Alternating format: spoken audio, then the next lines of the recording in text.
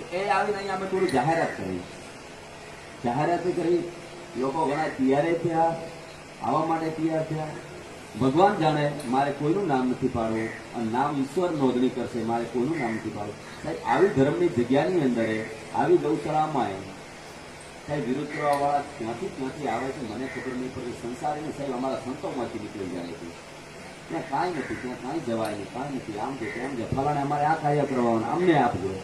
અરે સાહેબ ગૌ વંશની આટા શું કામ આવો છો? જીવાત પડશે, મરી જાશો, તમારો બાપે નહીં બચાવે.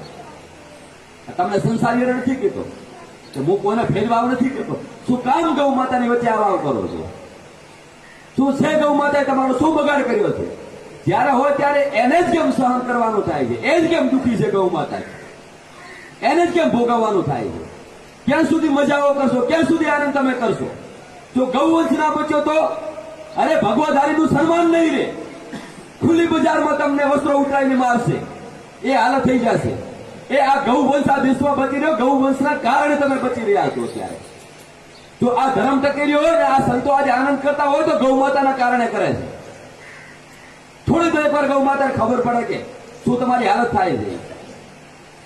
એટલે હું તમને કહું છું ધ્યાન દઈને કે 15 તારીખે અવશ્ય કોઈ કે કોઈને હમણાં કર્યા વગર વાત ગૌ માતા માટે કરીને, તમારી આવનારી પેઢી માટે કરીને, આપણી સંસ્કૃતિ માટે કરીને, એક દેશ હિત માટે કરીને અવશ્ય તમારે બધાને વધારવાનું છે.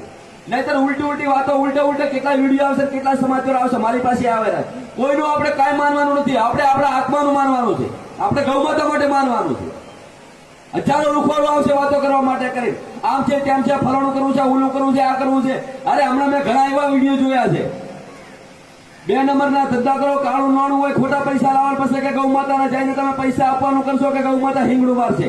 અરે ગૌ માતા હિંગડું નહીં મારે. 2 નંબરના નહીં, કાળા નાણાના પૈસા હોય ગૌ માતાની અંદર લઈ જાઓ ગૌશાળા. પહેલા ગેટે પ્રવેશ કરો, બીજા ગેટે ધોળો વ્હાઈટ નાણું ના થઈ જાય મને કહેજો. સાહેબ ભૂખી બને છે એને આપો, ખવડાવો તમે. કેમ હમણાં તમારે ગાડી લાવવા, બંગલા બનાવવા, મજા કરવા માટે કઈ 10 લાખ રૂપિયા આપશો, ત્યારે તમે નથી પૂછતા કે આ પૈસો કાળું નાણું છે કે કયું ધોળું નાણું છે. ત્યારે હોય ત્યારે બધા ગૌ માતા જ દેખાતા હોય છે.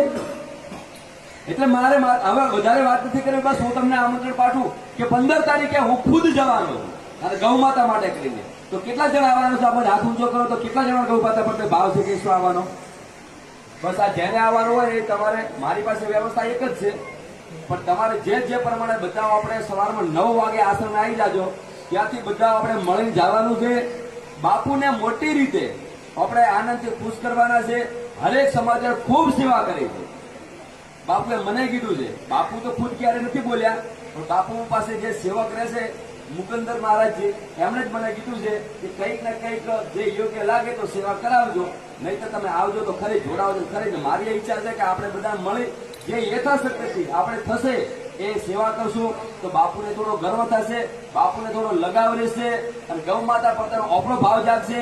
બાપુને એમ થશે કે નહીં આ ખરેખર આ ગૌ ઉપાસક હવે 100% થઈ ગયા છે, ગૌ માતા પ્રત્યેનો ભાવ છે.